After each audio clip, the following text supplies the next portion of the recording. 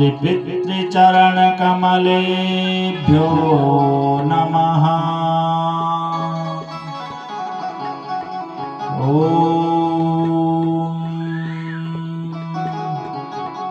गजाननं भूतगणादिसेवितं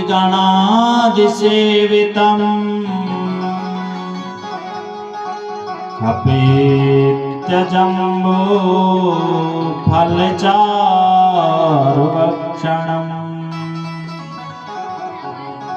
उमासुतं शोकविनाशकारकम्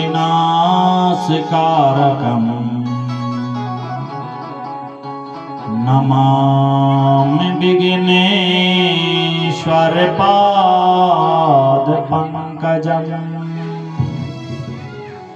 नमामि विघ्नेश्वर पादपङ्कजम्। बंसी विभूषित करानवनीरदाभा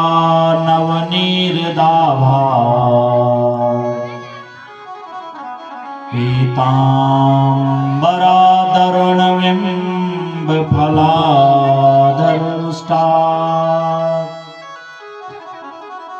पूर्णेन्दुसुन्दरमुखादरविन्दनेत्रात् कृष्णात् परं किमपि तत्त्वमहं न जाने।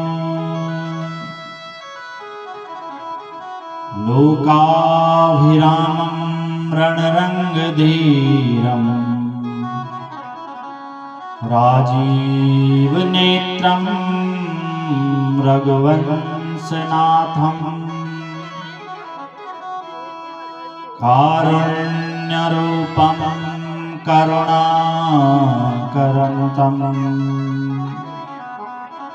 श्रीरामचन्द्रं शरणं प्रपद्ये। मङ्गलं भगवान् शम्भो मङ्गलं वृषभध्वजा मङ्गलं पार्वतीनाथं मङ्गलाय तनोहरा। अनादिनिधनो देवा शङ्खचक्र गदाधरा अव्यय पुण्डरीकाक्ष पितृमोक्षप्रदो भवा। जय जय श्री राधारमण जय जय नवल किशोर जय गोपी चितचोर प्रभु जय जय माखन चोर जय जय माखन चोर। आइए हनुमंत विराजी कथा कहूँ मति अनुसार प्रेम सहित आसन धरो पधारिए हनुमत लाल। बोले हनुमान जी महाराज की जय। सियावर रामचंद्र भगवान की जय। श्रीमद् भागवत महापुराण की जय। हरिवंश महापुराण की जय। पिंडीश्वर देवता की जय। बिल्वेश्वर महादेव की जय। सत्य सनातन धर्म की जय। पितृ देवताओं की जय। यजमान परिवार की जय। भक्त और भगवान की जय। जय जय श्री राधे श्याम। आइए मन और वाणी को पवित्र करने के लिए भगवान नाम का सहारा लेते हैं। उसके बाद अपनी कथा में प्रवेश करेंगे कि अम्बा मेरी माँ जगदम्बा मेरी माँ ओ अम्बा मेरी माँ, जगदम्बा मेरी माँ। अम्बा मेरी माँ, जगदम्बा मेरी माँ। ओ अम्बा मेरी माँ, जगदम्बा मेरी माँ। सबकी बिगड़ी बनोण वाली जय जगदम्बे माँ। सबकी बिगड़ बनोण वाली जय जगदम्बे माँ। दुख दर्द मिटाउण वाली जय जगदम्बे माँ। दुख दर्द मिटाउण वाली जय जगदम्बे माँ। कृपा दृष्टि बनोण वाली जय जगदम्बे माँ। कृपा दृष्टि बनोण वाली जय जगदम्बे माँ। अम्बा मेरी माँ, जगदम्बा मेरी माँ। अम्बा मेरी माँ, जगदम्बा मेरी माँ। माँ भगवती सबकी जो अम्बा है वो कौन है? माँ भगवती है। ताली बजाएंगे जो आगे बैठे हुए माँ भगवती का भजन हो रहा है, ताली बजाएंगे आप लोग।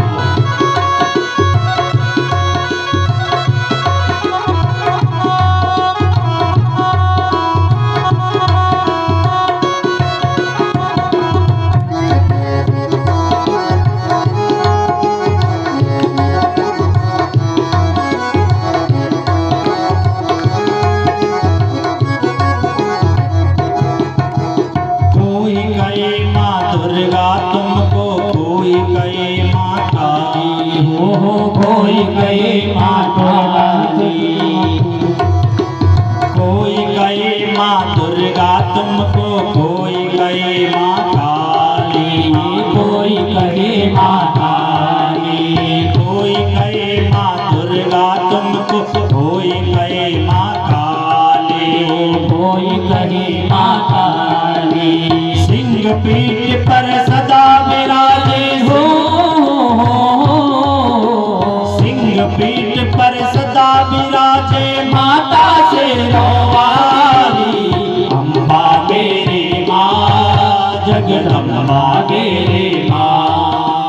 अम्बा मेरी माँ, जगदम्बा मेरी माँ।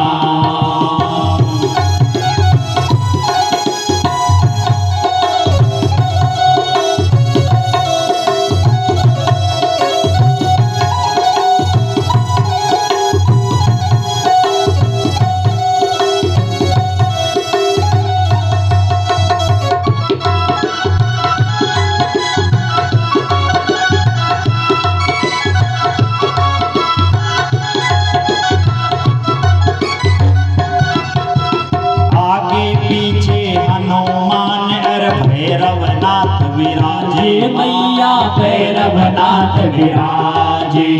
आगे पीछे हनुमान और भैरवनाथ विराजे। मैया भैरवनाथ विराजे।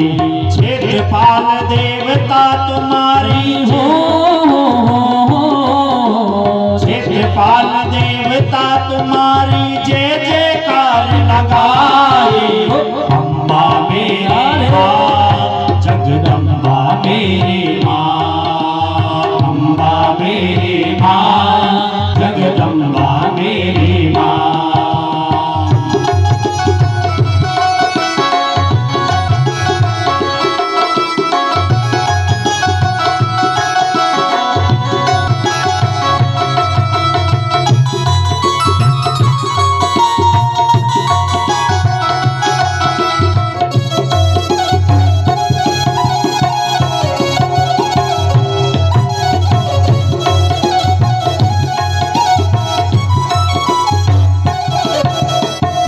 जब धरती पाप से कांपे, तूने भार उतारा। ओ मैया तूने भार उतारा। जब धरती पाप से कांपे, तूने भार उतारा। ओ मैया तूने भार उतारा।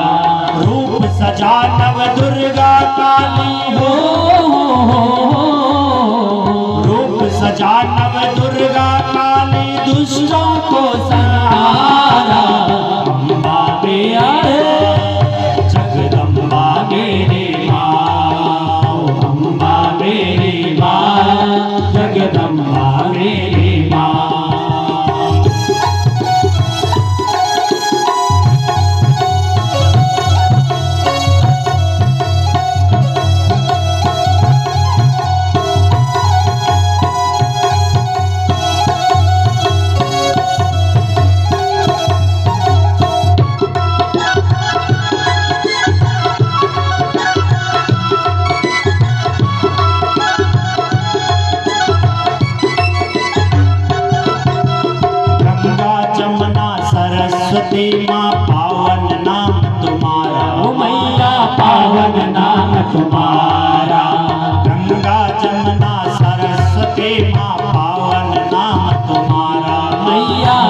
पावन नाम तुम्हारा। उमा रमा ब्रह्माणी माता हो उमा रमा ब्रह्माणी माता और भी नाम है तेरे। अम्बा मेरी माँ जगदम्बा मेरी माँ। अम्बा मेरी माँ जगदम्बा मेरी माँ। सबकी बिगड़ी बनोने वाली जय जगदम्बे माँ। सबकी बिगड़ी बनोने वाली जय जगदम्बे माँ। ओ मेरी अम्बा मेरी माँ जगदम्बा मेरी माँ। अम्बा मेरी माँ जगदम्बा मेरी माँ।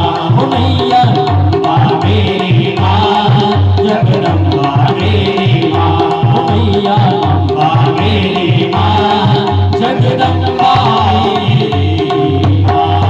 दुर्गे मैया की परम आराध्या अपने इष्ट कुल नरसिंह नागराज को प्रणाम करते हुए परात्पर पर ब्रह्मा परमात्मा अनंत कोटि ब्रह्मांड नायिका मणिद्वीपादिवासिनी मां त्रिभुवन जननी त्रिगुण सुंदरी परम्बा भुवनेश्वरी भगवती राजराजेश्वरी भगवान श्री सर्वेश्वर कुंज निकुंजेश्वर राधा रमण बाधा हरण चिदाधार केवलाधार निराकार निर्विकल्प निरीह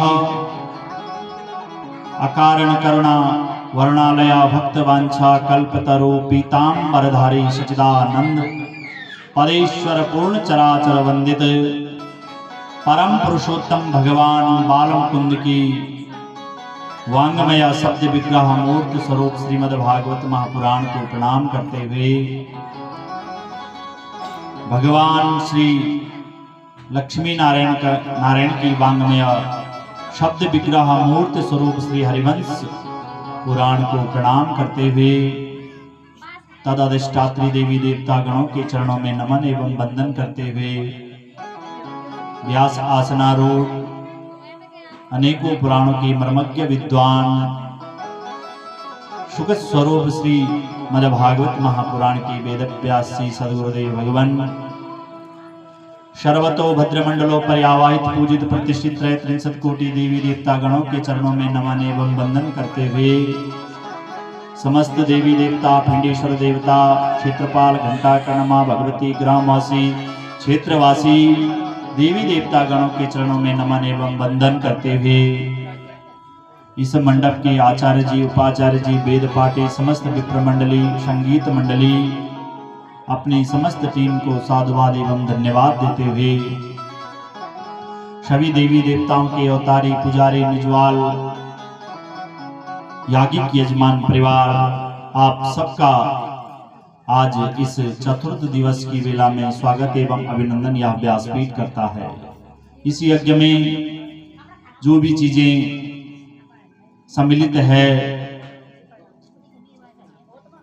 टेंट व्यवस्थापक, साउंड व्यवस्थापक, भोजन व्यवस्थापक, हमारे दास लोग एवं समस्त ग्रामवासी क्षेत्रवासी भक्ति और श्रद्धा स्वरूप माताओं बहनों भाइयों बुजुर्गों अबाल वृद्ध सज्जनों एवं यागिक यजमान परिवार की दो ध्यानी नाते रिश्तेदारों के सहयोग से यह ज्ञान यज्ञ आज निर्विघ्नता चतुर्थ दिवस की कथा में प्रवेश कर रहा है और चौथे दिन भगवान जी का प्राकाट्य का दिन है। भगवान इस दिन भागवत जी के अंतर्गत इस जोशी परिवार में भी क्या प्रकट होने वाले हैं। बोले श्री कृष्ण चंद्र भगवान की जय। आप और हम सब बड़े भाग्यशाली हैं माताओं। यजमान परिवार निमित्त बने, उन्होंने अपने माता पिता के एकोदिष्ट श्राद्ध के उपलक्ष्य में यह ज्ञान यज्ञ रखा और उसमें आप और हम सब लोगों को गोता लगाने का अवसर प्राप्त हो रहा है। इस ज्ञान यज्ञ में आकर अपने जीवन को धन्य बनाएं और जितना पुण्य हो सकता है उतना अर्जित कीजिए, क्योंकि यह जो शरीर है वह नाशवान है। एक दिन इस शरीर से प्राण निकल जाते हैं और यही सब कुछ रह जाता है। कल की कथा में आपको बताया था इसलिए जितना हो सकता है भगवान को भजो। भगवान का अगर भजन होगा तो जो भी हमारे शरीर में कुछ भी विकार होंगे तो वह विकार निकल जाता है। नारद जी से पूछा, नारद जी ने भगवान जी से पूछा कि प्रभु इतना सुंदर वैकुंठ है, माँ लक्ष्मी आपके चरणों में बैठी रहती है और सुंदर जो सागर है क्षीर सागर वहां आप निवास करते हैं, कितना आनंद आपको आता होगा। नारद जी की बात भगवान जी ने सुनी और भगवान ने कहा, हे नारद आपको क्या लगता है, क्या मैं इस क्षीर सागर में आनंद से रहता हूं? तो भगवान नारद जी ने कहा, हाँ प्रभु इतनी सुंदर जगह है, क्यों नहीं आप इस वैकुंठ में आनंद से रह सकते हो।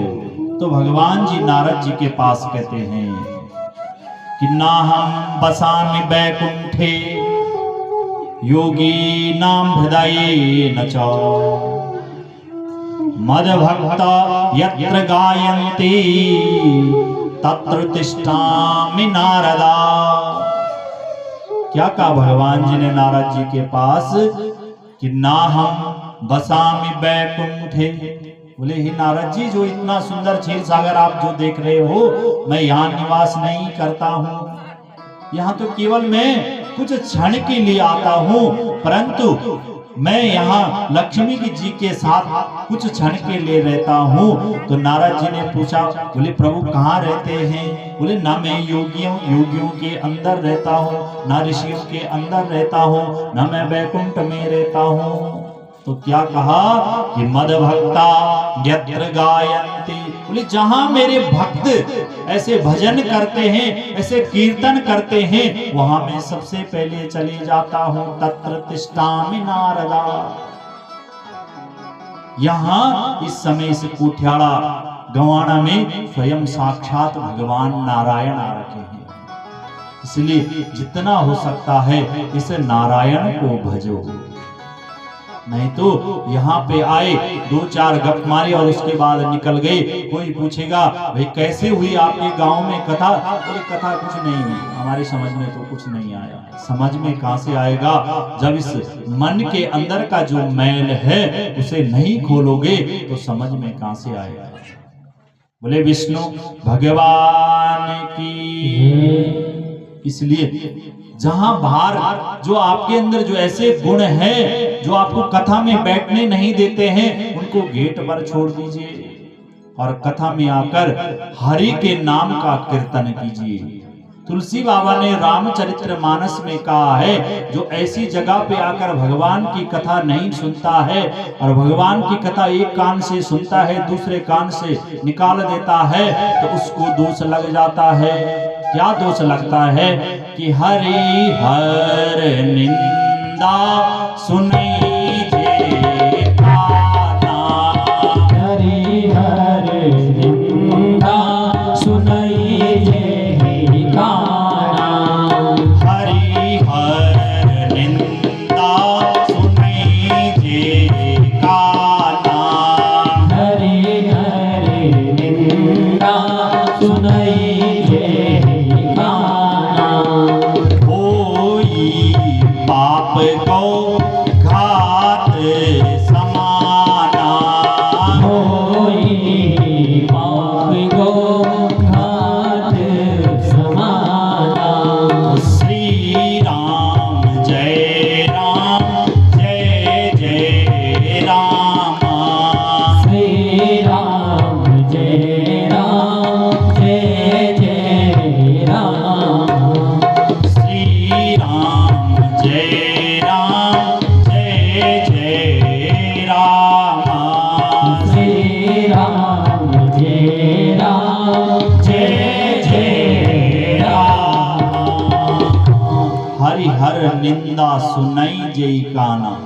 यहाँ पर आए हैं तो भगवान हरि के नाम के लिए आए हैं, नहीं कि हम दूसरे की बात सुने और भगवान की कथा में हम हरि की निंदा समझो। इस समय जो आ रहा है उसे आने दीजिए और बैठ जाएगा अपना। अगर मिलना होगा उसके मन में आपके प्रति भाव होगा तो बाद में भी मिल सकता है।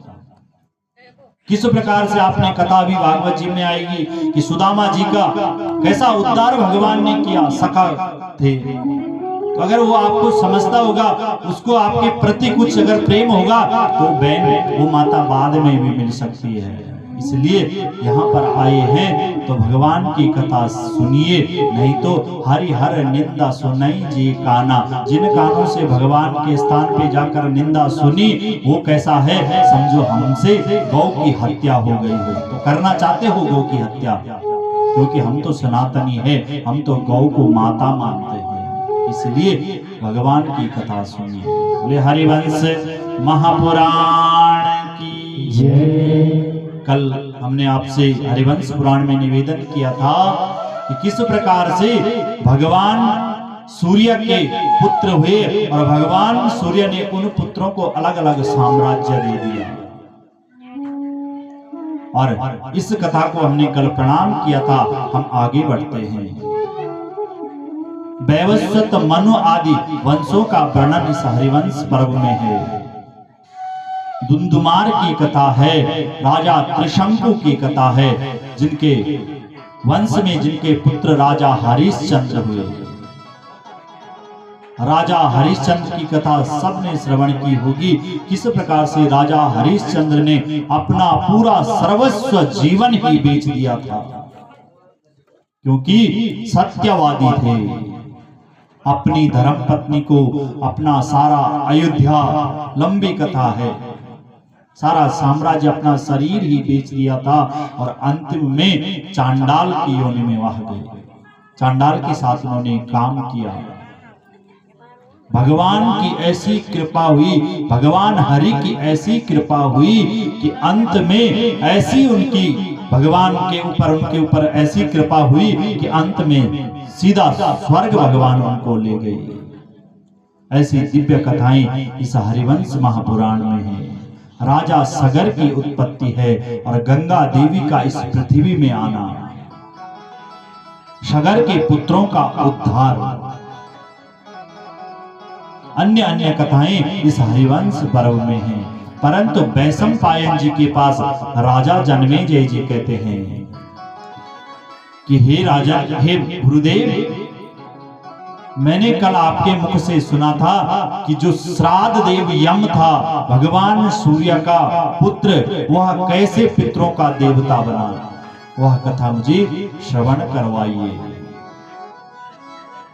ध्यान से सुनिए। आज जो कथा है वह पितरों की कथा है, क्योंकि एक दिन हमने भी यहां से चले जाना है और हमारे लिए भी कोई पितर बोलेगा। ये सत्य है। जितने हम खड़े हैं उतने एक दिन इस संसार को छोड़कर चले जाएंगे। और तब हम किस देवता को पूजते हैं, इसलिए इन कथा को सुनिए। क्या राजा जन्मेजय के पास आज वैशंपायन जी बताने लगे कि महाराज, मैं श्राद्ध के बारे में आपको बताता हूं। जो पूज्य बड़ा जी मुकुंद राम जोशी जी अपने माता पिता के लिए श्राद्ध के उपलक्ष्य में यह भागवत करा रहे हैं। क्यों करवा रहे हैं? क्या होता है इस श्राद्ध को करने से, किसको तृप्ति होती है? तो यह सारी कथाएं इस हरिवंश पुराण में है। श्राद्ध के भेद बताए गए हैं। श्रद्धायाम दीयते इति श्राद्ध, श्रद्धा से जो दिया जाता है वही श्राद्ध कहा जाता है।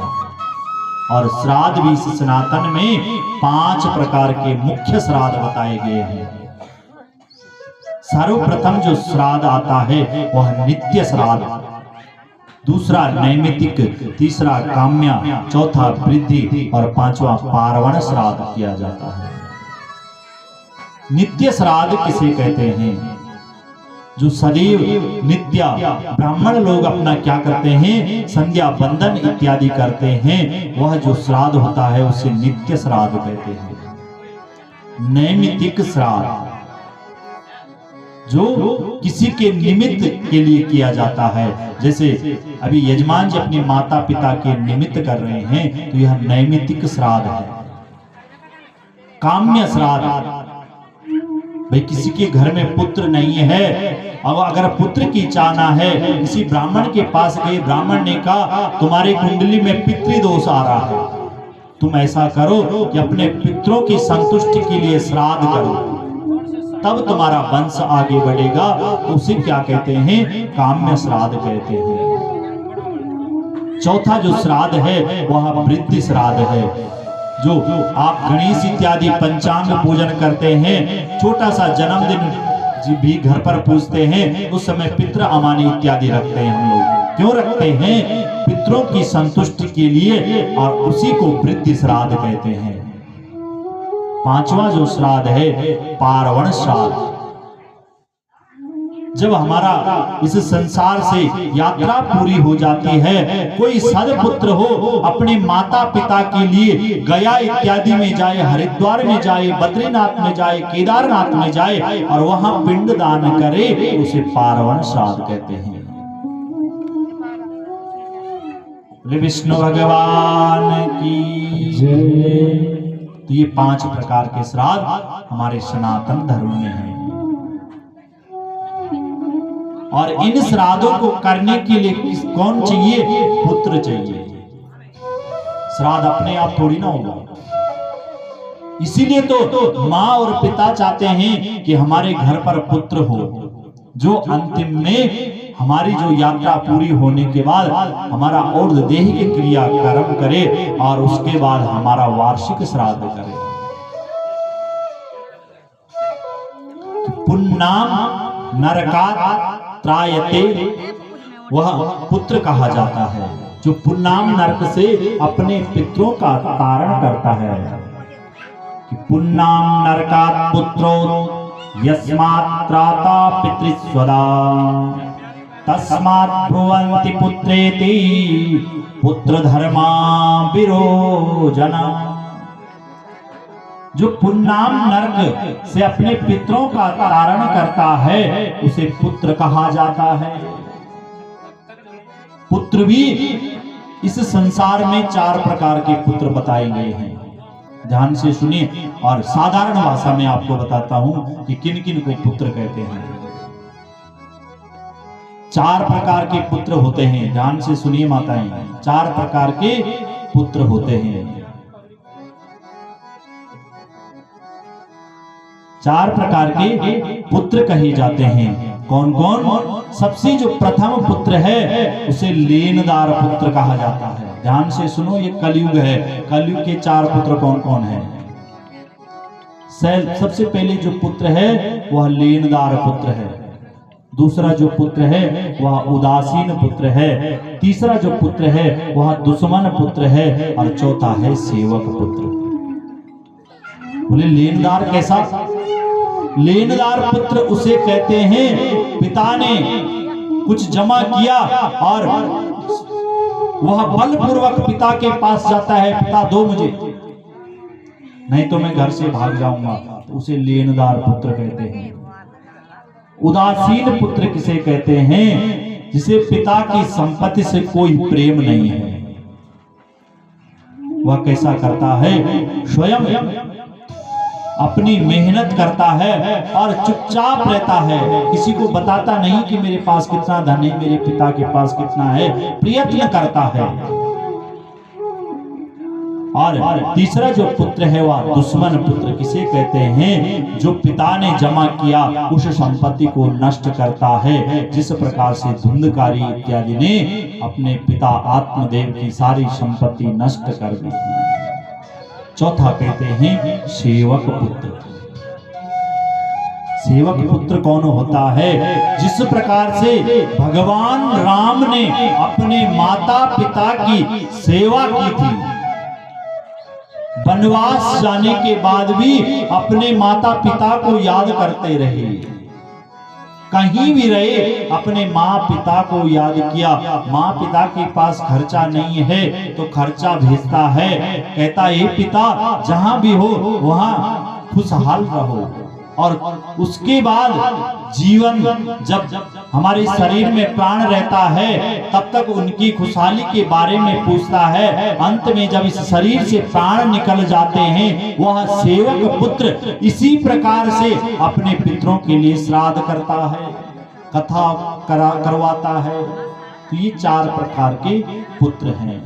इसीलिए माताओं हमेशा याद रखना, अपने पुत्र को ऐसी शिक्षा देना कि वह भी इस प्रकार से जब हमारे शरीर से प्राण निकले तो वह भी हमारा दायित्व समझे कि माँ पिता ने क्यों हमें यह जीवन दान दिया है, नहीं तो जैसा बोओगे वैसा पाओगे। अच्छा बीज बोना। बोले पितृदेवताओं की। तो राजा जन्मेजय जी कहने लगे कि कथम वे श्राद्ध देवत्वमादित्यस्या विवस्वता श्रोतुमिच्छामि विप्राज्ञ श्राद्धस्य च परम विधिम। वैशंपायन जी के पास जन्मेजय जी पूछ रहे हैं कि गुरुदेव मुझे बताइए कि आपने पूर्व दिवस में जो कथा बताई थी उसमें यम जो भगवान सूर्य के पुत्र थे वह किस प्रकार से श्राद्ध के देवता बने और उनको श्राद्ध देव क्यों कहते हैं, किस कारण से उनको श्राद्ध देव कहते हैं, यह कथा मुझे विस्तार पूर्वक से श्रवण करवा दीजिए। यह कथा सुनने का मेरा मन लालायित हो रहा है, क्योंकि मैंने ब्राह्मणों के मुख से सुना था जो यहाँ से चले जाते हैं वहां स्वर्ग और नरक की सीढ़ी भोगते हैं। तो कौन पितृ स्वर्ग जाता है, कौन पितृ नरक में निवास करता है, यह सारी कथा मुझे विस्तार पूर्वक से श्रवण करवा दीजिए। वैशंपायन जी कहते हैं कि हंतते कथयिष्यामि पितॄणां सर्गमुत्तमम् तथा चाकृतस्माभिः श्राद्धं परिणीति वे पितॄन्। वैशंपायन जी कहने लगे, हे राजन आपने तो बहुत ही सुंदर मुझसे पूछा है, या तो सुंदर वाक्य है या आपके लिए नहीं है, या तो जो कलयुग में निवास करने वाले मृत्यु लोक में निवास करने वाले प्राणी है उनके उद्धार के लिए आपने मुझे पूछा है। जो भगवान की इस दिव्य कथा को, इस पितृकल्प को श्रवण करता है, वैशंपायन जी कह रहे हैं उसके पितरों का तारण हो जाता है, उसके पितरों को तृप्ति मिल जाती है, उसके घर पे सदपुत्र प्राप्त हो जाता है। ऐसी यह दिव्य हरि की कथा है, मैं आपको इसको ध्यान से सुनाता हूं। तो आज वैशंपायन जी जन्मेजय जी के पास इस कथा का विस्तार करने लग गए कि वैशंपायन उवाच कि मार्कंडेयेन कथितं भीष्माया परिपृच्छते अपृच्छत् धर्मराजो हि सरतल्पगतं पुरा। वैशंपायन जी कहने लगे कि हे राजन ध्यान पूर्वक से इस कथा को सुनिए, इस कथा को मैं आपको श्रवण करवाता हूं। पूर्व काल में पितामह भीष्म ने भी यह जिस प्रकार से आपने मुझे पूछा है उसी प्रकार से उन्होंने मार्कंडेय ऋषि जी से भी पूछा था, इस विषय का वर्णन किया था। जब भीष्म पितामह महाभारत काल के समय सरसैया पर लेटे थे, बाणों की सैया पर लेटे थे, और यही जो प्रश्न आपने मुझे पूछा है यही युधिष्ठिर जी ने भीष्म पितामह से भी पूछा था। भीष्म पितामह के पास युधिष्ठिर जी जाते हैं।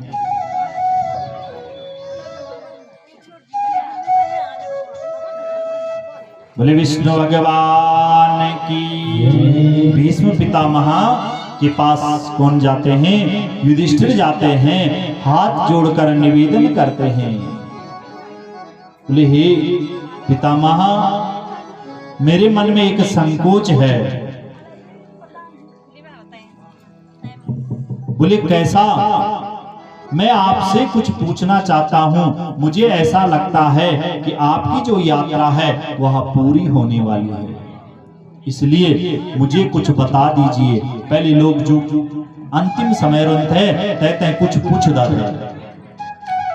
बोले विष्णु भगवान की क्या पूछते थे कि भाई कुछ ज्ञान की बात बताओ। पुराने समय में पहले पूछते थे कि कुछ ज्ञान की बात बताओ। बोलते थे अब इसकी अंतिम यात्रा है, कुछ ना कुछ इससे ले लो। विद्वान आदमी अगर इस संसार की यात्रा पूरी करता है तो उससे कुछ विद्वान की बातें पूछी जाती थी, धनवान से धन की बातें। बोले हरिवंश महापुराण की पूछा जाता था। इसी प्रकार से युधिष्ठिर जी पितामह भीष्म के पास जाते हैं, कहते हैं हे पितामह आप तो सब जानते हैं, क्योंकि आप तो साक्षी हैं। हमारे द्वारा और हमारे भाइयों के द्वारा जो युद्ध हुआ उसमें हमारा सारा वंश समाप्त हो गया। हम केवल 5 पांडव बचे हैं, 100 भाई हमारे कौरव थे, वह भी समाप्त हो गए। एक हमें ज्ञान देने वाले आप थे और मुझे ऐसा लगता है कि आप भी संसार को छोड़कर जाने वाले हैं। इसलिए हे पितामह हम पर तो वंश का कलंक लग गया, हमें तो पिंड देने वाला कोई आगे रह ही नहीं गया। हमारी क्या गति होगी ये तो हमें पता नहीं है। इसलिए भीष्म पितामह के पास आज युधिष्ठिर जी हाथ जोड़कर विनती करने लग गए और आंखों में अश्रुधारा आ गई। माता कि भीष्म पितामह ने देखा कि आज युधिष्ठिर उदास हो गया है और युधिष्ठिर के पास कहने लग गए हे वत्स क्या पूछ रहे हो? मैं बताता हूं आपको कि श्राद्धे प्रणीति ही पितृन सर्व काम फलेस्तुया तत्परम प्रयत्न श्राद्धि प्रेत चेहा च मोदते। तब भीष्म पिता ने कहा हे युधिष्ठिर धैर्य बांधो, धैर्य से काम लो। मैं आपको पितरों के बारे में जो आपने मुझे पूछा है उनके बारे में आपको बताता हूँ कि श्राद्ध करने से क्या फल की प्राप्ति होती है, कैसे पितरों की मुक्ति होती है, कैसे पितरों का कारण होता है। कौन बता रहा है? भीष्म पितामह युधिष्ठिर जी को। युधिष्ठिर जी हाथ जोड़कर और पितामह की वार्ता सुनने लग गए। भीष्म पिता ने कहा हे युधिष्ठिर जो पितरों का तर्पण करता है, पितरों का श्राद्ध करता है, उसके ऊपर सदैव पितृ देवता आशीर्वाद बनाए रखते हैं और उसके पितृ यहाँ इस संसार में सुख भोगने के बाद अंतिम में उन्हें स्वर्ग वैकुंठ लोक प्राप्त होता है। जो अपने पितरों के निमित्त तर्पण करता है, श्राद्ध करता है, उस घर में उस व्यक्ति की 5 चीजें बढ़ जाती हैं कि आयु प्रजा धनम विद्या स्वर्ग मोक्ष सुखानि च प्रयच्छन्ति तथा राजा पितर श्राद्ध तर्पिता। जो अपने पितरों के निमित्त श्राद्ध करता है, तर्पण करता है, सबसे पहले उस घर के उस गांव के व्यक्तियों की आयु बढ़ जाती है। प्रजा गोत्र के लोग खूब गोत्र फूलता है, फलता है। जो निर्धन हो वो पितरों के निमित्त अगर क्या करे, श्राद्ध करे तो उस घर पे धन की वृद्धि हो जाती है। जिसको विद्या की चाहना हो उस बालक को, उस व्यक्ति को विद्या प्राप्त हो जाती है और जो पितृ देवता है वह मोक्ष को प्राप्त कर देते हैं। बोले हरिवंश महापुराण की जय। युधिष्ठिर जी को यह भीष्म पिता ने आज बतला दिया कि ये श्राद्ध करने से हमको प्राप्त होता है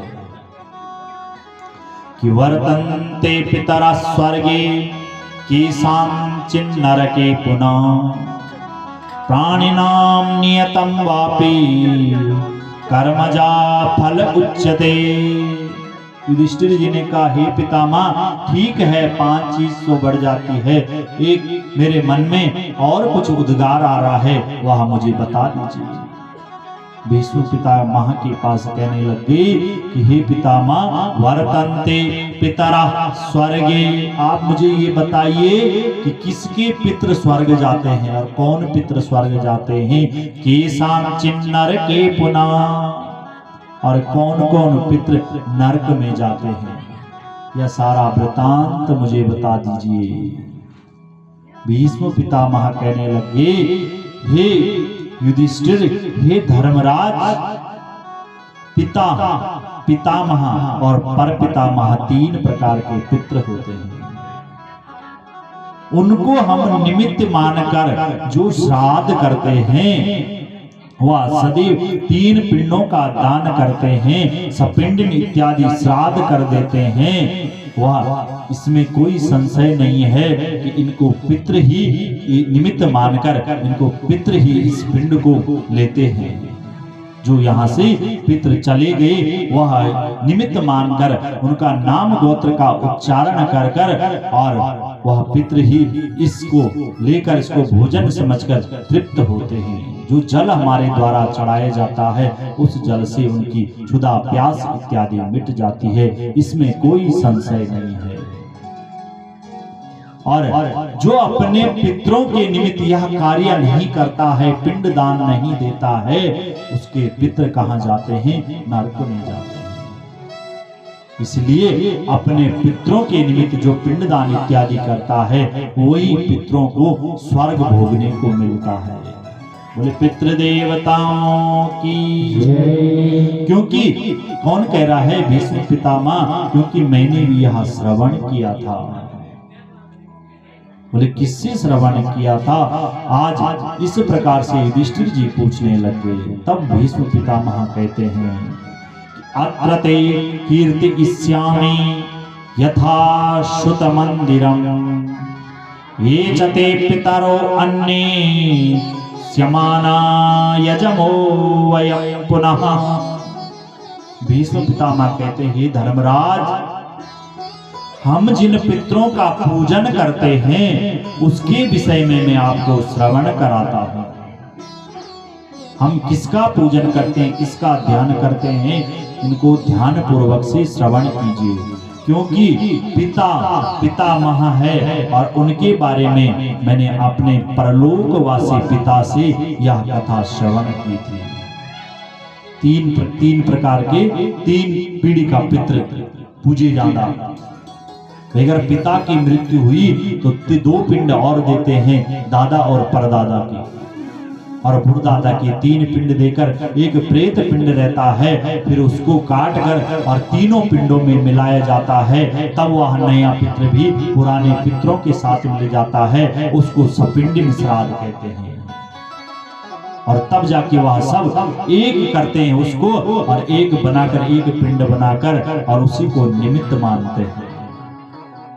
उसी प्रकार से आज भीष्म पितामह कहने लग गए, मैंने भी यह कथा अपने जो स्वर्गवासी पिता राजा शांतनु थे उनसे यह कथा सुनी थी कि श्राद्ध काले मम पितुर मया पिंडा समुद्यता तम पिता मम हस्तेन वित्तभूमि मया चता। ध्यान से सुनिए, भीष्म पितामह क्या कहने लग गए कि हे धर्मराज युधिष्ठिर, जब मेरे पिता की मृत्यु हुई कि श्राद्ध काले मम पितुर, मैं अपने पिता का श्राद्ध कर रहा था। उस समय क्या हुआ कि मैंने क्या देखा, जैसे मैं अपने पिता के निमित्त पिंड दान दे रहा था, उसी समय क्या होता है कि तम पिता मम हस्तेना, उसी समय धरती फटती है, ब्राह्मणों ने सुंदर वेदी बनाई थी और उसके ऊपर कुसा इत्यादि बिछाई थी। सनातन धर्म से जिस प्रकार से कार्य होता है उस प्रकार से ब्राह्मण मेरे पिता का सपिंड श्राद्ध कर रहे थे। परंतु उसी समय मैं क्या देखता हूँ, एक आश्चर्यचकित बात देखता हूँ। क्या देखता हूँ कि हस्त भरण पूर्णेना केयूरा भरणेन चा रक्तं गलितलेनाथ यथा दृष्टा पुरा मया। हस्त भरण पूर्णेन यानी पृथ्वी धरती फटती है और वहां से एक हाथ निकलता है। कैसा हाथ था वह? हस्त भरण पूर्णेना। जैसे मेरे पिताजी जब जीवित रहते थे तो मेरे पिताजी के हाथों में सोने के कंगन थे और धागा था, अनेकों रत्नों से मेरे पिताजी का हाथ जड़ा रहता था। और मुझे तुरंत वह स्मरण हो गया, ये तो मेरे पिताजी का हाथ है। जैसे ही मैंने वह देखा मैं आश्चर्यचकित रह गया। मैंने ब्राह्मणों की ओर देखा, अपने पिता के हाथ की ओर देखा कि और मुझे स्मरण हो गया। परंतु भीष्म पितामह ने ऐसा नहीं किया। आज कलयुग का अगर पुत्र होता, जैसे अपने पिता का हाथ देखता वो दे देता कि साक्षात मेरे पिता आ गई। नहीं, सनातन धर्म को अगर सुंदर ढंग से चलाना है, सनातन धर्म की जो पौध है उसको रखना है, तो ब्राह्मणों को हमें साक्षी मानना पड़ेगा। जैसे ब्राह्मण करते हैं उस हिसाब से हमें चलना पड़ेगा। क्योंकि कल भी बताया, परसों भी बताया, इस समय वर्तमान में इस कलयुग में साक्षात भगवान विष्णु ब्राह्मण और गौ के रूप में इस पृथ्वी में विचरण कर रहे हैं। बोले गौ माता की जय। क्या कहने लग गए भीष्म पितामह कि मैंने उस समय क्या देखा, अपने पिता का हाथ देखा कि नैव कल्पे विद्र दृष्ट्वा इति संचित चाप्यहम् उसे स्वातत पिंड दलवान विचारयत। भीष्म पिता ने कहा, महाराज मैंने इधर नहीं देखा उधर नहीं देखा, मैंने सनातन वैदिक धर्म के हिसाब से वह पिंड जो मेरे हाथ में था वह मैंने अपने पिता के हाथ के ऊपर नहीं रखा। मैंने जहां ब्राह्मणों ने कुश बिछाए थे, कुश के ऊपर उस पिंड को रख दिया। जैसे ही मैंने वह पिंड वहां रखा, आज मेरे पिता क्या गदगद हो गए। पिता मेरे प्रसन्न हो गए और वह हाथ विलुप्त हो जाता है और तुरंत आकाशवाणी होती है कि त्वया दया दानवस्मि कृतार्थो पुत्र चेहचा सदपुत्रेण त्वया पुत्र धर्म ज्ञानेन विपश्चिता। त्वया दया, हे पुत्र, आकाशवाणी क्या होती है? हे पुत्र भीष्म, आज मैं धन्य हो गया, मेरा जीवन आज धन्य हो गया, मैंने तेरे जैसा पुत्र पाया है। भीष्म पितामह ने के पिता राजा शांतनु ने आकाश मार्ग से कहा, आज मैं धन्य हो गया, क्योंकि मुझे पता है अगर कोई ऐसा व्यक्ति होता तो वह सनातन को नहीं मानता और मेरे हाथ पे ऐसे पिंड दे देता। परंतु हे पुत्र, तू बुद्धिमान भी है, इसलिए आज मेरा जीवन धन्य हो गया। मैं इस लोक में भी अब सुख भोग सकता हूँ, क्योंकि मृत्यु लोक में मैंने सुख भोगा था और आज मेरा जीवन यहाँ से भी वैकुंठ में सदैव निवास करेगा। इस प्रकार से आकाशवाणी ने आज क्या बोल दिया? बोले तू परीक्षा में पास हो गया। हे भरत श्रेष्ठ, तुमने आज सनातन वैदिक धर्म को प्रमाण मानकर पिंडदान मेरे हाथ में न देकर और उन कुशों के ऊपर पिंडदान दिया। भीष्म पितामह ने हाथ जोड़ लिए, हे पिता, जैसे आपने मुझे शिक्षा दी थी उसी शिक्षा के हिसाब से, और जैसे आपने बीज बोया था, मुझे ऐसा लगता है कि शायद आपने भी ऐसा ही बीज पाया। शुरू में भी कहा जैसा बीज बोओगे वैसा ही पाओगे। हिनता ते प्रभाविता मृत्युर यावजीवितुमिच्छसि तत्तो भ्या अनुज्ञा संप्राप्य मृत्यु ही प्रभाविता।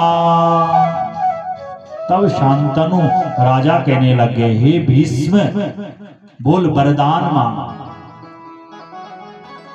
क्या कहा?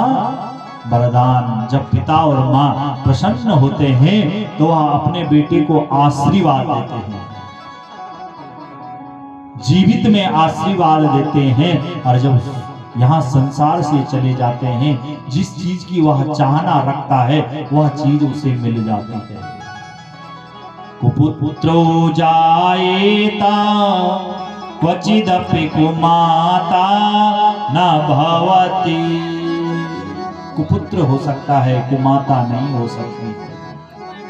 माता पिता इस संसार से चले जाने के बाद वहां से भी देखते हैं कि हमारे बेटे खा रहे हैं, कैसे चल रहे हैं उसका जीवन।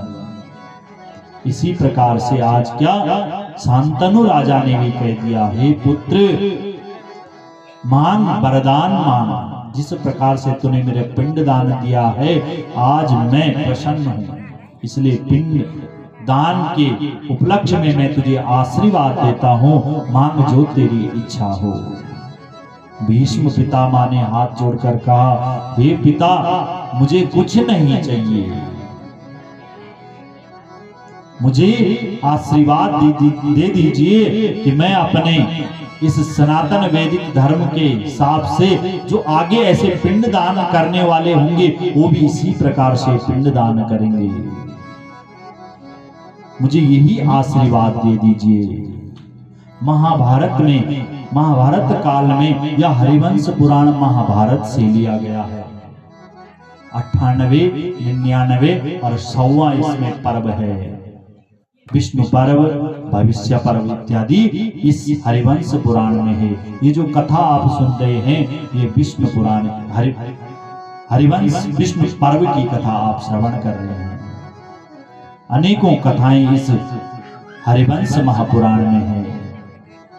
यह जो महाभारत हुआ था, क्यों हुआ था महाभारत? माताओं, हमारा जो स्वभाव होता है, जहां पर हमें जो चीज नहीं बोलनी चाहिए वह चीज हम बोल देते हैं, इसी कारण से तो युद्ध होता है। ऐसे ही महाभारत में भी द्रौपदी मां ने एक ही शब्द निकाला था, अंधे का पुत्र अंधा। बस यही दुर्योधन ने मन में ठान ली, इसने मेरे लिए अंधे का पुत्र अंधा कहा, और जाओ मैं इस चीज को, इस बात को मैं क्या इतना आगे ले जाऊंगा कि पूरा ही कौरव वंश समाप्त हो गया था। 18 अक्षौणी सेना, 11 कौरवों की और 7 पांडवों के पास अक्षौणी सेना थी, सारी समाप्त हो गई थी। तो एक अक्षौणी सेना में कितने रथ और कितने सारथी होते हैं, ध्यान से सुनिए। जब महाभारत हुआ तो कितने लोगों की मृत्यु हुई थी? 19,68,300 पैदल सैनिक थे उसमें। ध्यान से सुनो, जिसको लिखना है वो लिख सकते आगे अपने जीवन में रखने के लिए। 1,74,960 उसमें रथी जो समाप्त हुए, 11,80,980 उसमें घोड़े मरे उस महाभारत युद्ध में। ये एक अक्षौणी सेना है। तो आप इनको अगर जोड़ेंगे 18 अक्षौणी सेना में कितने रथी रहे होंगे, कितने पैदल रहे होंगे और कितने महारथी रहे होंगे। इस प्रकार से माताओं, एक छोटी सी बात में क्या पूरा महाभारत करवा दिया। इसलिए हमें जहां पे जो चीज उचित हो वह चीज बोलनी चाहिए, जो चीज अनुचित हो वह नहीं बोलनी चाहिए। बोले हरिवंश महापुराण की जय।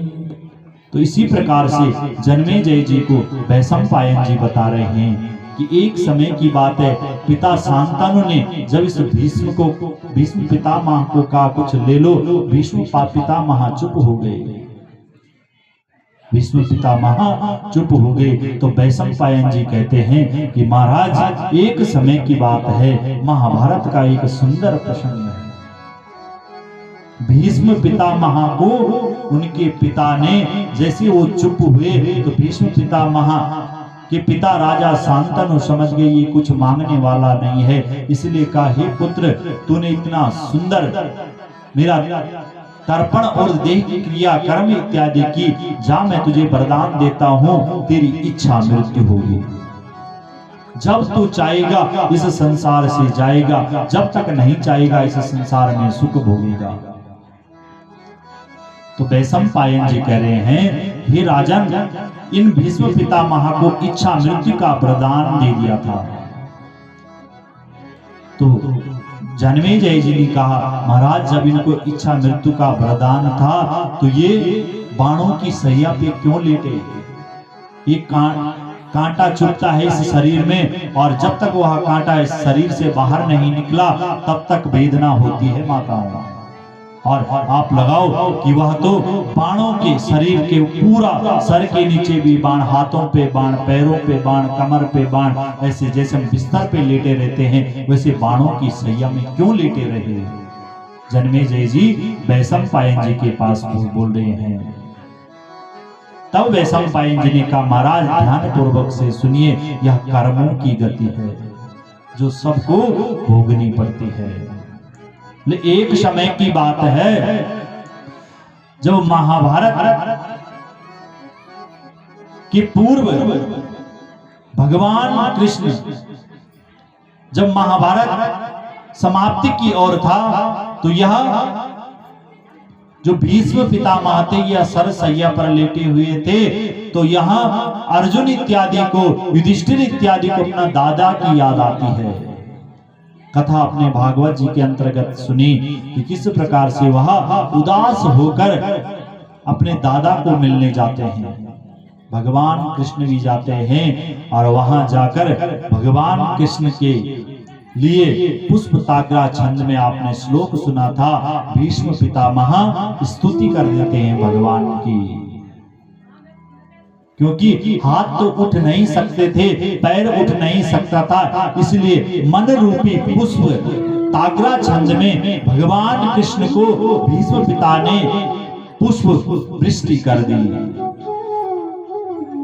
कहा हे प्रभु मेरी यह अंतिम इच्छा थी कि मुझे अब इस संसार से जाना है, अब यह वेदना में से देखी नहीं जाती है। पांडवों को आशीर्वाद देते हैं और भगवान कृष्ण से पूछते हैं आज कौन? भीष्म पितामह।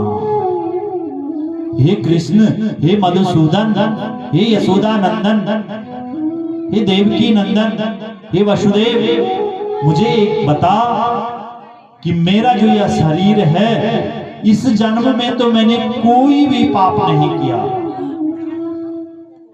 जब मैंने इस जन्म में कोई पाप नहीं किया क्यों मुझे ऐसी वेदना मिली? तो भगवान ने कहा हे पितामह भीष्म, यह सब कर्मों की गति है। बोले कैसे कर्मों की गति?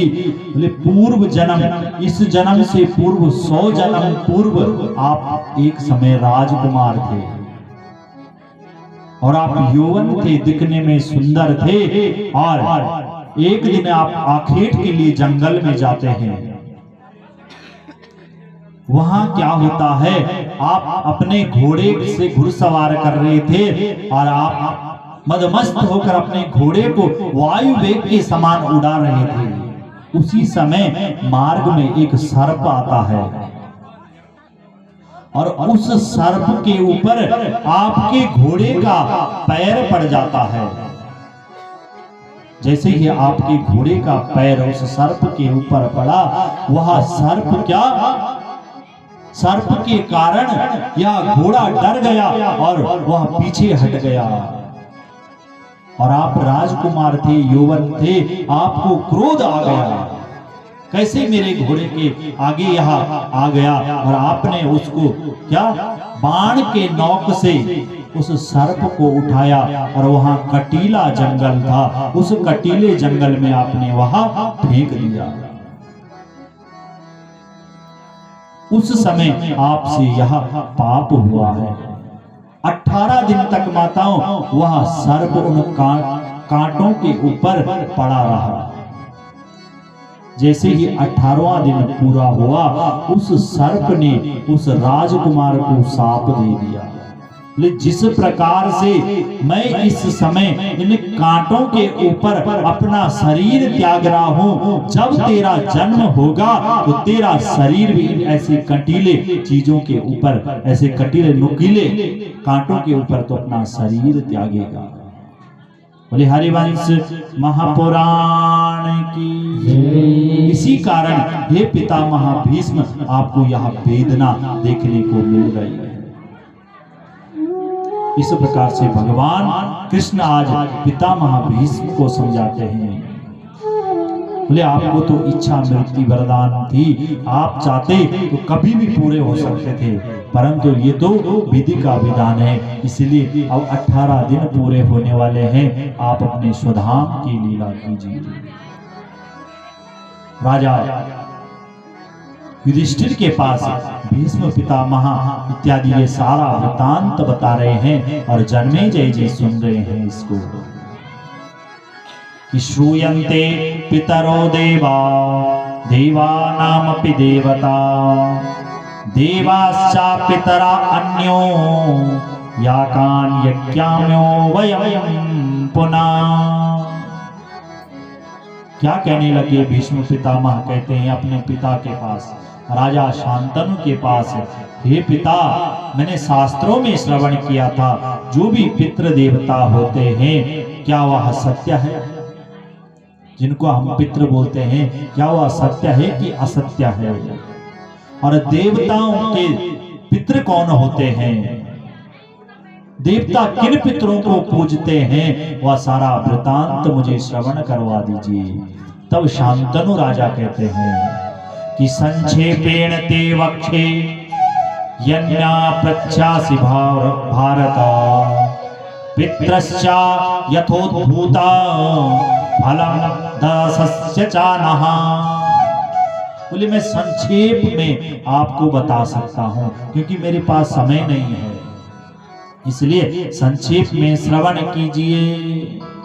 संक्षेप में आज आकाशवाणी के रूप में राजा शांतनु अपने पुत्र को कहते हैं, ध्यान से सुनिए कि पितॄणां कारणं श्राद्धे शृणु सर्वा समाहिता आदिदेवा सुतस्तात पितरो दिवि देवता।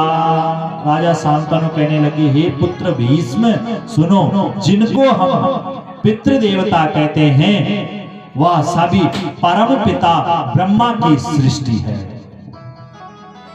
ब्रह्मा ने तो हमें बनाया है, ब्रह्मा जी ने मनु शत्रुपा को बनाया, और उन्हीं से हमारे माता पिता का जीवन आया, और तब से यह संसार चल रहा है। क्या कहते हैं कि आप समझो, पितॄणां कारणं श्राद्धे शृणु सर्वा समाहिता आदिदेवा सुतस्तात पितरो दिवि देवता। क्या परम पिता परमात्मा ब्रह्मा की सृष्टि, ये आप इन पितृ देवताओं को समझो, सारे ब्रह्मा के ही पुत्र हैं।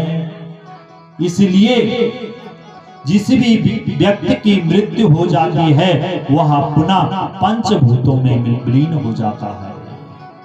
कि क्षिति जल पावक गगन समेरा, क्षिति जल पावक गगन समेरा, क्षिति जल पावक गगन समेरा, क्षिति जल पावक गगन समेरा, पंच रचित यह अधम शरीरा, पंच रचित यह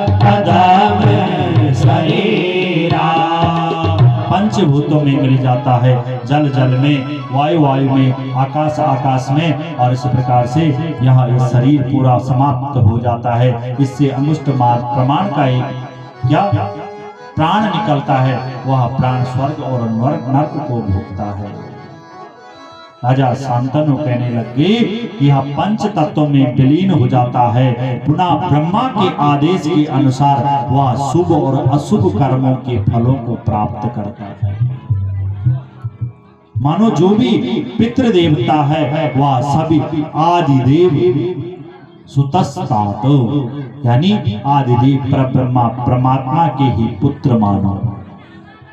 राजा शांतनु कहते हैं, हे पुत्र भीष्म, जो श्राद्ध अपने पितरों के निमित्त मृत्यु लोक में हम करते हैं, उसी पिंडदान से सभी पितृ देवता तृप्त होते हैं। यानी जब किसी कि माता पिता की मृत्यु हो जाती है, जब हम पिंडदान यहाँ देते हैं तो समझो वह हमारे पितरों को प्राप्त हो रहा है, इसमें कोई संशय नहीं है। जो गोत्र नाम से मात्र से अपने पितरों का उच्चारण करके पिंडदान देता है, उसके पितरों का तारण होता है, और उसके पितृ इन अन्न को ग्रहण करते हैं, इन जल को ग्रहण करते हैं, और उनसे उनको तृप्ति प्राप्ति होती है।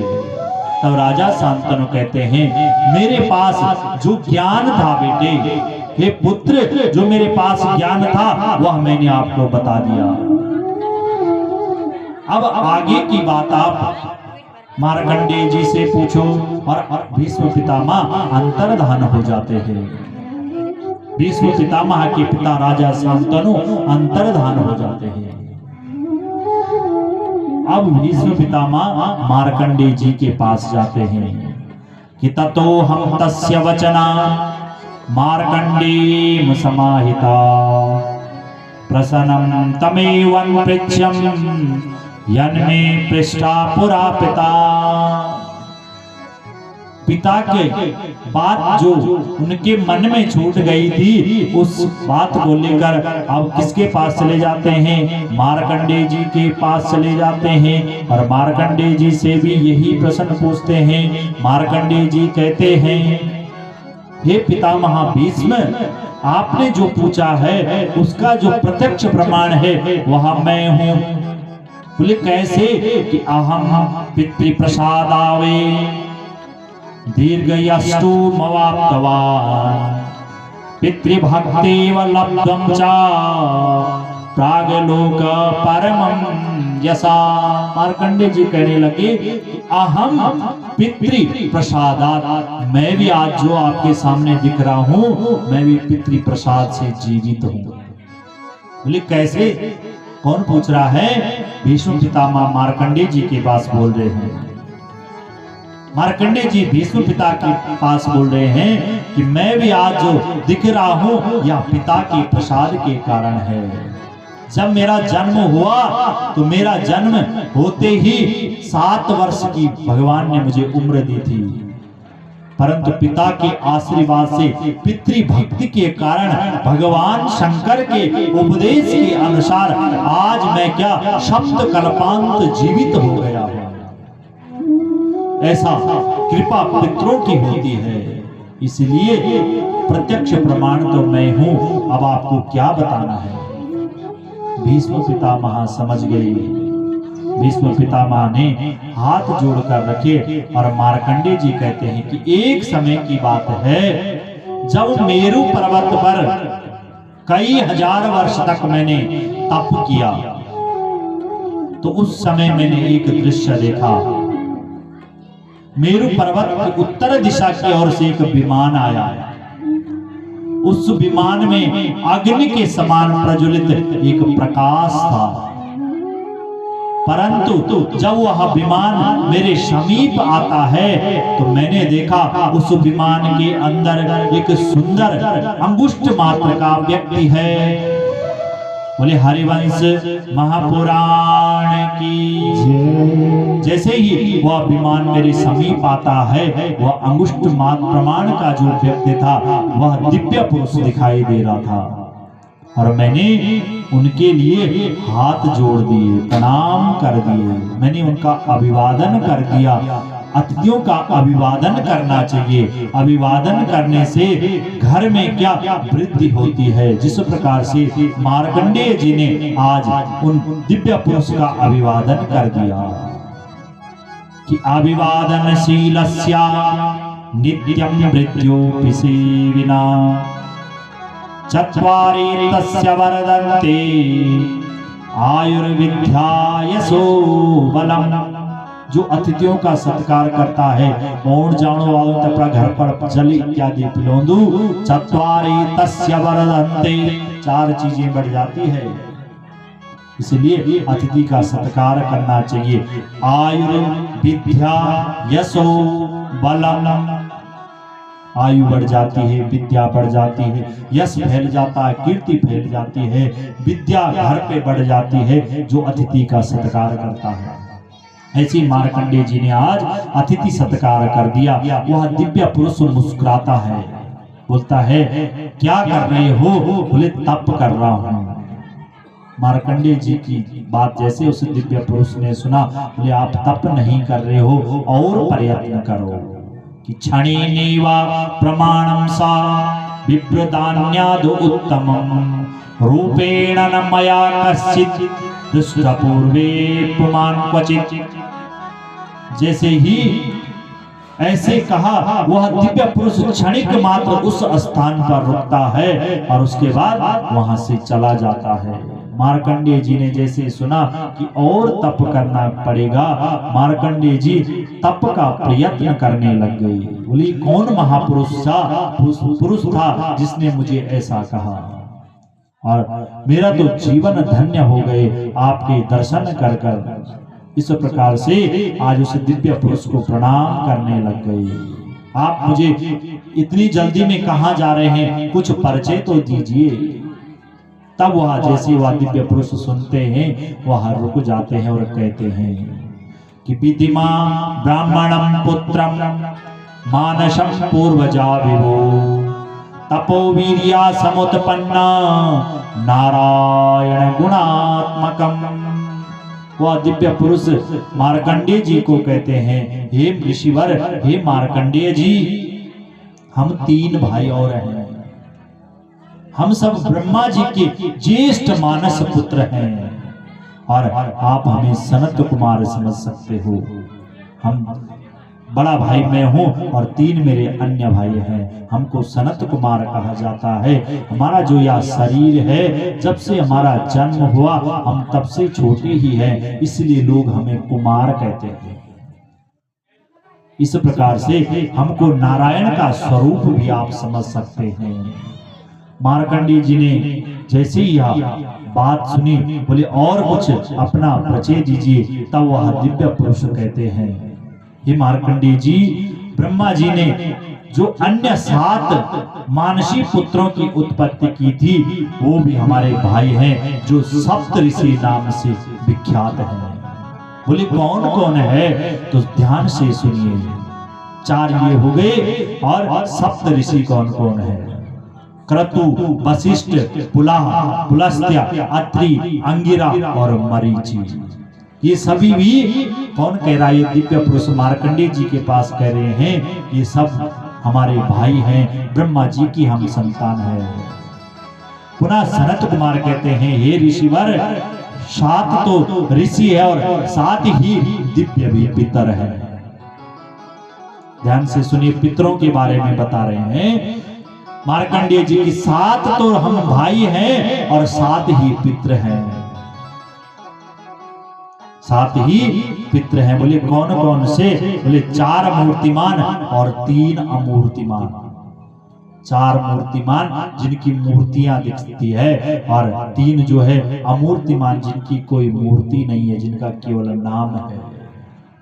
बोले कौन कौन है मूर्तिमान? बोले सुकाल, अंगिरा, सुशब्दा और सोमपा नाम के 4 मूर्तिमान पित्र हैं। और बैराज, अग्निस्वाता, बरिषद ये अमूर्तिमान पित्र हैं। इस प्रकार से हे ऋषि मार्कंडेय, जो हम 4 भाई हैं, सनक, सनंदन, सनातन और सनत कुमार, हम सभी स्वयं भगवान की आत्मा से लीन हैं। बोले विष्णु भगवान की जय। हे मुनि, ब्रह्मा जी के द्वारा जब मानसी सृष्टि इस लोक में हम सबको आना पड़ा, तब से अभी तक हम चारों इत्यादि चारों भाई क्या हैं, छोटे हैं, कुमार है, इसलिए यह संसार अभी तक हमें भी कुमार ही नाम से विख्यात मानता है। मार्कंडे जी आज प्रसन्न हो गए। इस प्रकार से आज उनकी जो आत्मा थी, जो उनके मन में संशय था, वह संशय धीरे धीरे मिटने लग गया। और उन्होंने आज पूछा, बोले महाराज पितरों का पूजन कैसे होता है, कौन पितर है? कि देवान सृजति ब्रह्ममा साक्षातीताय भार्गवा तन्मूल्या सृज्या तदात्मानं मयंजस्ते फलर्थिना। सनत कुमार कहते हैं, हे मुनि, ब्रह्मा जी ने सृष्टि की रचना की। मार्कंडे जी ने कहा पितृ कौन होते हैं, किसका हम पूजन करें, और पिंडदान किसको देते हैं, स्वर्ग कौन जाता है, नरक कौन जाता है, यह सारा वृत्तांत मार्कंडे जी ने आज सनत कुमार जी से पूछ लिया। सनत कुमार कहते हैं, हे महामुनि, जब ब्रह्मा जी ने सृष्टि की रचना की, तब ब्रह्मा जी ने सोचा भार्गव आदि देवता मेरी पूजा करेंगे। ब्रह्मा जी ने अपने पूजन के लिए भार्गव आदि देवताओं की सृष्टि की रचना की। मन में विचार आया कि भार्गव आदि देवता मेरा पूजन करेंगे। परंतु जैसे इन भार्गव आदि देवताओं ने देखा कि ब्रह्मा जी इधर उधर हैं, सृष्टि की रचना में लगे हुए हैं, और इन्होंने यह कार्य लोभ के वश छोड़ दिया। इन्होंने कहा हम क्यों किसी का पूजन करेंगे, हम किसी का पूजन नहीं करते हैं। यह देखकर ब्रह्मा जी ने एक दिन देखा, 2 दिन देखा, 3 दिन देखा, और ब्रह्मा जी को क्रोध आ जाता है यह दृश्य को देखकर। किते सप्ताह ब्राह्मणा मूढ़ा नष्ट संज्ञा दिवो कसा न अस्मा सृणदि विजानान्ति लोक ततो लोके व्यमुध्यता। ब्रह्मा जी ने यह दृश्य देखा कि मेरे पुत्र मैंने ही उत्पन्न किए मन से, और मैंने अपने पूजा के लिए इनको उत्पन्न किया था, और ये लोभ के बस माया में पड़ गई, मेरा पूजन नहीं कर रहे हैं। ये तो अन्य सांसारिक जो सुख भोग रहे हैं, और मेरी पूजन करना इन्होंने छोड़ दिया। ब्रह्मा जी को क्रोध आ जाता है, और ब्रह्मा जी ने इन सप्त मानसी पुत्रों को शाप दे दिया। ब्रह्मा जी ने इन भार्गव आदि देवताओं को आज शाप दे दिया। क्या शाप दिया? बोले मैंने जिस कारण से आपको इस संसार में लाया था, वह पूजा इत्यादि अर्चना इत्यादि आप सब भूल गए। जाओ मैं आपको शाप देता हूं कि मूढ़ हो जाओ। मूढ़ का मतलब होता है मूर्ख बन जाओ। भार्गव आदि देवताओं ने देखा और हाथ जोड़ने लगे, हे पिता आप तो सृष्टि की रचना करता है, आपने कैसे हमें ऐसा शाप दे दिया? ब्रह्मा जी ने समझाया, बोले तुम इसी लायक हो क्योंकि तुम्हें तो मैंने किस कारण से तुम्हें यहाँ उत्पन्न किया था, और तुम इस सांसारिक सुख में भोगने के चक्कर में मेरी पूजा अर्चना करना ही भूल गए। ब्रह्मा जी कहने लगे, जब हाथ जोड़ा इन्होंने और इन्होंने देवताओं ने ब्रह्मा जी का पैर पकड़ा, ऐसी दशा देखकर फिर परमपिता ब्रह्मा जी को दया आ गई कि प्रायश्चित्तानि धर्मज्ञा वाङ्मना कर्म जानिवे ससन्ति कुशला नित्यं चक्षुभ्यामपि नित्यसा। जैसे ब्रह्मा जी ने इनकी आंखों के ऊपर देखा, इनकी आंखों में अश्रु आ रहे थे, तो ब्रह्मा जी ने कहा, हे भार्गव आदि देवताओं, तुमने क्या मर्यादा का उल्लंघन किया? इस उल्लंघन के कारण तुम मूढ़ बन जाओगे, तुम्हारी जो स्मरण शक्ति है वह समाप्त हो जाएगी, तुम ज्ञान रहित हो जाओगे। ब्रह्मा जी के ऐसे वचन सुनकर भार्गव आदि देवता कांपने लगे। बोले हमें क्या करना चाहिए जिससे हमारा यह प्रायश्चित पूरा हो जाए? ऐसा पूछने के बाद वह कांपने लगे, ब्रह्मा जी को हाथ जोड़ने लग गए। फिर ज्ञान आता है इनको, हमने वास्तव में गलत काम किया है। ब्रह्मा जी ने कहा, अब तुम्हारा ज्ञान वापस नहीं आ सकता है, इसलिए ही जीवात्मा तुमने जिन पुत्रों को उत्पन्न किया है वही पुत्र तुम्हें ज्ञान देंगे। आज ऐसी दशा आ गई कि पिता को अपने पुत्र से ज्ञान लेना पड़ गया। ब्रह्मा जी के शाप के कारण आज ये भार्गव आदि देवता पश्चाते हैं, रोते हैं। ब्रह्मा जी ने कहा ये तो ब्रह्म सत्य है, इसको कोई नहीं टाल सकता है। जैसे ही इन ज्ञान रहित भार्गव आदि देवताओं को इनके पुत्रों ने दिया, आज उल्टी गंगा बह गई। इन पुत्रों ने अपने पिताओं को कहा आओ पुत्रों आओ, और जैसे ही इन्होंने भार्गव आदि देवताओं ने सुना कि हमारे बेटे हमारे लिए पुत्र कह रहे हैं, इनको तो पिता कहना चाहिए था, ये भाग भाग कर ब्रह्मा जी के पास जाते हैं। ब्रह्मा जी के पास कहते हैं बोले ये कैसी गंगा बह रही है, हमारे जो पुत्र हैं वो हमें पुत्र कह रहे हैं, पिता कहना चाहिए था। तब ब्रह्मा जी ने कहा कि आयु वृद्धा धनम वृद्धा बल वृद्धा तथैव च ते सर्वेपि ज्ञान वृद्धा किं करो शिष्य किं करो। बोले भार्गव आदि देवताओं सुनो, आयु वृद्धा तुम बुढ़िया होगी, आयु बड़ी होगी, आयु वृद्धा धन वृद्धा, धन भी आपके पास खूब है, आयु बुढ़ी हो गई, बुढ़ापा आ गया, धन भी आ गया, बल भी खूब है हमारे पास। तथैव च ये सर्वेपि, परंतु इन सब के सामने क्या शून्य है। अगर कोई ज्ञानवान व्यक्ति है उसके सामने ये सब चीजें शून्य है। ज्ञानवान व्यक्ति धन भी ला सकता है, आयु भी बढ़ा सकता है, भगवान की भक्ति करके बल भी अपने अंदर ला सकता है। इसलिए हे देवताओं, ये जो तुम्हारे पुत्र है इन्होंने ठीक कहा है, क्योंकि अब आप इनके पास जाओ और इनसे विद्या ग्रहण करो। ऐसी दशा देखकर आज पिताओं ने अपना सर नीचे किया, अपने पुत्रों के पास जाते हैं। लंबी कथा है और मुझे ऐसा लगता है कि समय भी मेरा हो गया या 2-3 मिनट बचे हुए हैं। तो इसी प्रकार से आज भार्गव आदि देवता अपने पुत्रों से क्या शिक्षा लेते हैं, विद्या लेते हैं। और विद्या शिक्षा लेने के बाद आज जो प्रायश्चित जो ब्रह्मा जी ने उन्हें शाप दिया था, उस शाप से वो मुक्त हो जाते हैं। शाप से मुक्त होने के बाद आज पुनः ब्रह्मा जी के पास चले जाते हैं। ब्रह्मा जी से कहते हैं हे ब्रह्मा जी, अब जो हमने कार्य किया था उस कार्य का जो फल था वह हमने भोग लिया, हमने अपने पुत्रों से ही शिक्षा लेनी पड़ेगी, इसलिए अब आगे का जो कार्य है वह कार्य मुझे बताइए। तब ब्रह्मा जी कहते हैं कि हे भार्गव आदि देवताओं, ठीक है अब तुम्हारा उद्धार हो जाएगा। कि श्राद्धानि पुष्टिकामाश्च ये करिष्यन्ति मानवा तेभ्यः पुष्टि प्रजा सेवा दास्यन्ति पितरा सदा।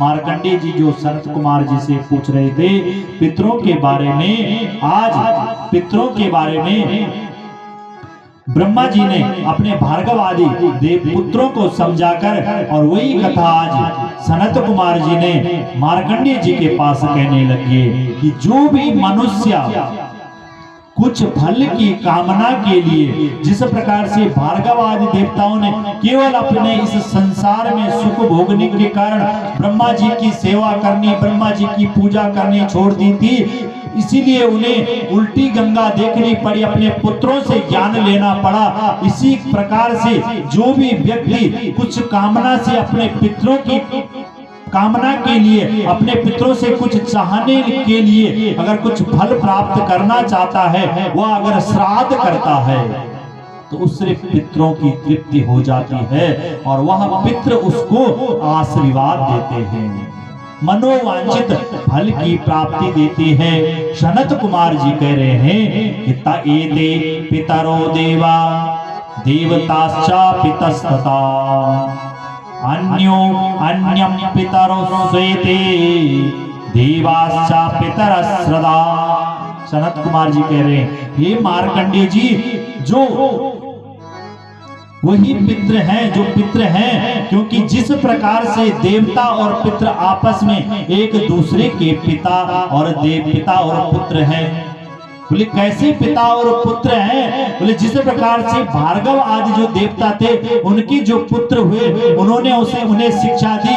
पहले पिताओं ने अपने पुत्रों का लालन पालन किया और ज्ञान रहित होने के बाद पुनः जो पुत्र थे उन्होंने अपने पिताओं को ज्ञान दिया, उनका पूजन यजन किया। इसी प्रकार से जो हमारे पितृ इस संसार से चले जाते हैं, माता पिता यहाँ से चले जाने के बाद वह ब्रह्म लोक में जाते हैं, उन दिव्य भार्गव आदि ऋषियों के पास जाते हैं। और जो हम दान पुण्य करते हैं, जो भी हम पिंड दान देते हैं, सबसे पहले वह भार्गव आदि देवताओं के पास जाता है। फिर भार्गव आदि देवता उन पितरों को बांट कर देते हैं। बोले ये तेरे पुत्र ने तेरे लिए जल दिया है, तेरे लिए पिंड दान दिया है, ले इसको खा। और जिसके पुत्र पिंड दान नहीं करते हैं, जल इत्यादि तिलांजलि इत्यादि नहीं देते हैं, तो भार्गव आदि देवता उसको उठाकर और नरक की यात्रा में भेज देते हैं। बोले तेरे लिए कुछ नहीं है। बोले पितृ देवताओं की। इसलिए जो हमारे पितृ होते हैं, जिनके निमित्त हम पिंडदान इत्यादि करते हैं, वह देवताओं के साथ रमण करते हैं। और जिस प्रकार से इस संसार में उन्होंने सुख भोगा था, वहां भी ब्रह्मा आदि देवताओं के साथ वह सुख भोगते हैं। इसीलिए ब्रह्मा जी आज सनत कुमार जी कह रहे हैं मार्कंडेय जी के पास, जिस प्रकार से हम यहाँ देवताओं को पूजते हैं, उसी प्रकार जो हमारे मृत जो पितृ होते हैं उनको अन्य देवता पूजते हैं स्वर्ग लोक में। और वो आपस में पिता और पुत्र का नाता बनाते हैं, प्रेम रखते हैं, और इस संसार के जाने के बाद वह वैकुंठ गामी बन जाते हैं।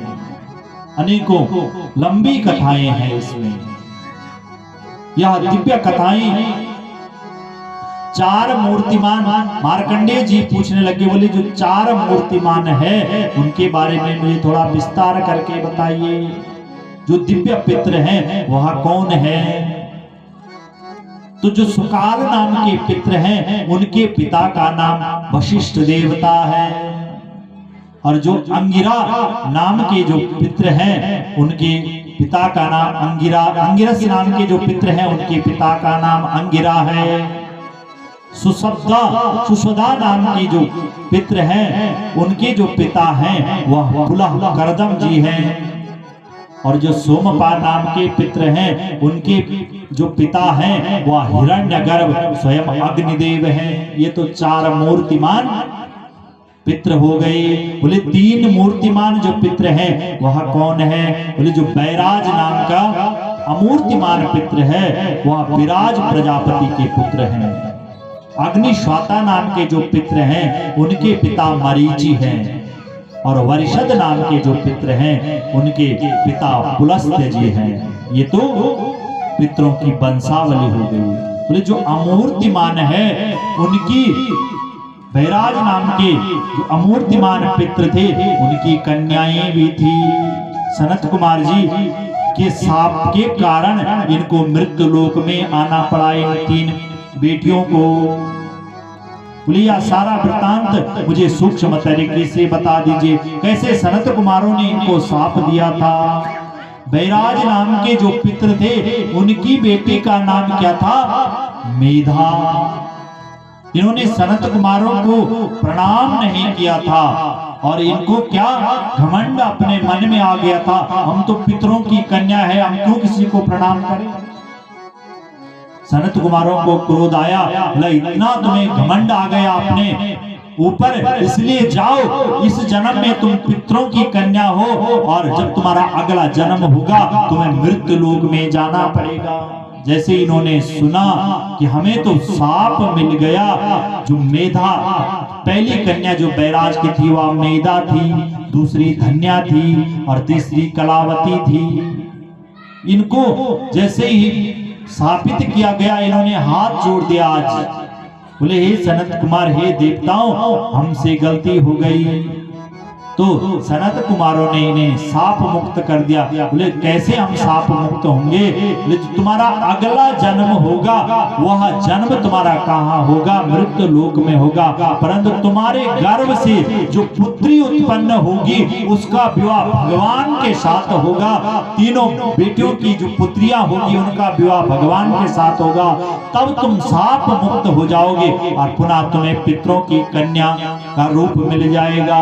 तो जो प्रथम जो कन्या थी मेधा, उसके घर उसका मीना, उनको उसका अगला जन्म मैना पड़ा, उसका अगला नाम मैना हुआ, जिसका विवाह किसके साथ हुआ? हिमाचल राजा के साथ हुआ। और इनके घर पर कौन उत्पन्न हुआ? अपर्णा, जो मां पार्वती है। बोले पार्वती मैया की जय। इस मैना की दूसरी बेटी थी एक पर्णा, जिसका विवाह आसित देवता के साथ हुआ, और तीसरी जो बेटी थी एक पाटला, इसका विवाह जैमिष्य के साथ हुआ।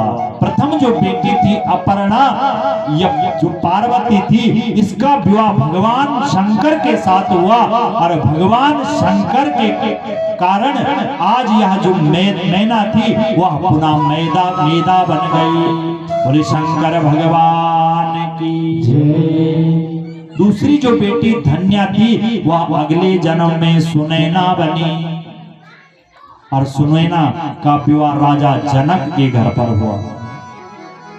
और जनक के घर पर मां स्वयं जानकी ने जन्म लिया था, और जानकी का विवाह मेरे प्रभु मर्यादा पुरुषोत्तम रामचंद्र जी के साथ हुआ था। और तब यहाँ धन्या पुनः अगले जन्म में पितरों की कन्या बन गई, सुनैना से पुनः धन्या बन गई।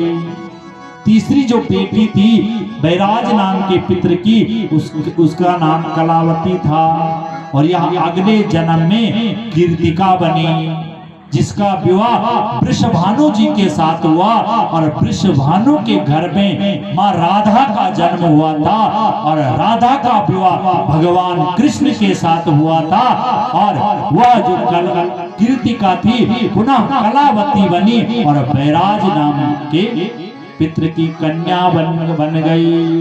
बोले आनंद कंद श्री कृष्ण चंद्र भगवान की जय। इस प्रकार से आगे अनेकों कथाएं हैं, जो कथा आज कुछ विस्तार छूट जाएगा वह कल से आपको यह कथा बताई जाएगी। किस प्रकार से पितरों का उद्धार होता है, क्या क्या पितरों को देने से हम फल की प्राप्ति हमें होती है। जो इस दिव्य कथा को श्रवण करता है माताओं, उसके पितरों को वैकुंठ प्राप्त हो जाता है। और वैकुंठ कहीं नहीं है, वैकुंठ तो हमारे इस बद्रीनाथ केदारनाथ धाम में है, वैकुंठ कहीं नहीं है। भू वैकुंठ पांचवा जो वैकुंठ है वह हमारा बद्रीनाथ है। इसलिए पितरों के अगर तारण करना है, एक बार अवश्य अपने भू वैकुंठ में जाना और वहां पिंडदान इत्यादि कर देना। अगर वहां नहीं जा सकते हो तो अपने घर को ही भू वैकुंठ मानकर, इस प्रकार से जिस प्रकार से पूज्य बड़ा जी ने अपने माता पिता के लिए यह 2 पुराणों की गंगा लाई है, उसी प्रकार अपने आंगन में इस गंगा को ला देना, और फिर आपके पितरों का उद्धार हो जाएगा। जय बद्री केदारनाथ, जय बद्री केदारनाथ, गंगोत्री जय जय, यमुनोत्री जय जय, गंगोत्री जय जय, यमुनोत्री जय। जय बाबा केदार तेरो जनो उच्च थाने,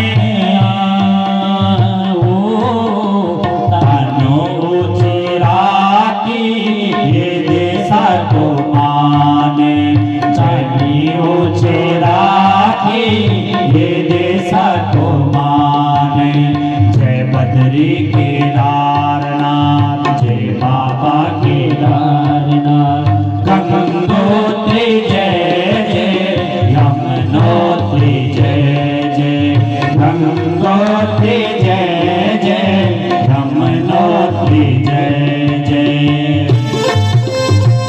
भू वैकुंठ है बद्रीनाथ, जहाँ पितरों का तारण होता है। आप काली भगवान के लिए बजाइए। हे भगवान, जो हमारे पितृ हैं उनका भी तारण हो जाए और हमारे पितरों को मोक्ष की प्राप्ति हो जाए।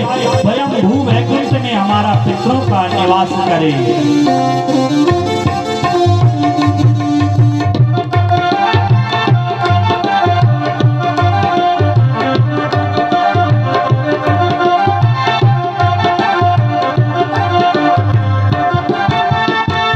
जुग जुग बटिया दुनिया रे बाबा प्यारा, दर्शनों के आने चारे बाबा, दर्शनों को आने चा। दुख विपदा छोड़ी के, दुख विपदा छोड़े के, सुख उगरे जाने जा रे बाबा, सुख उगरे जाने जा। ये सबको जो जस दे भगवान, जो जस दे भगवान, अखंड तेरी जोत जाने बदरे विसारा। ओ मेरा चिराग भूल गए माला, ताने हो चोरा के भूल गए माला। जय बदरी के दारनाथ, जय बाबा के दारनाथ। गंगोत्री जय जय, गंगोत्री जय जय, गंगोत्री जय जय, गंगोत्री जय जय, गंगोत्री जय जय, गंगोत्री जय जय। बद्रीनाथ धाम की, केदारनाथ धाम की, पितृ देवताओं की। ओम नमः पार्वती पतये, हर हर महादेव।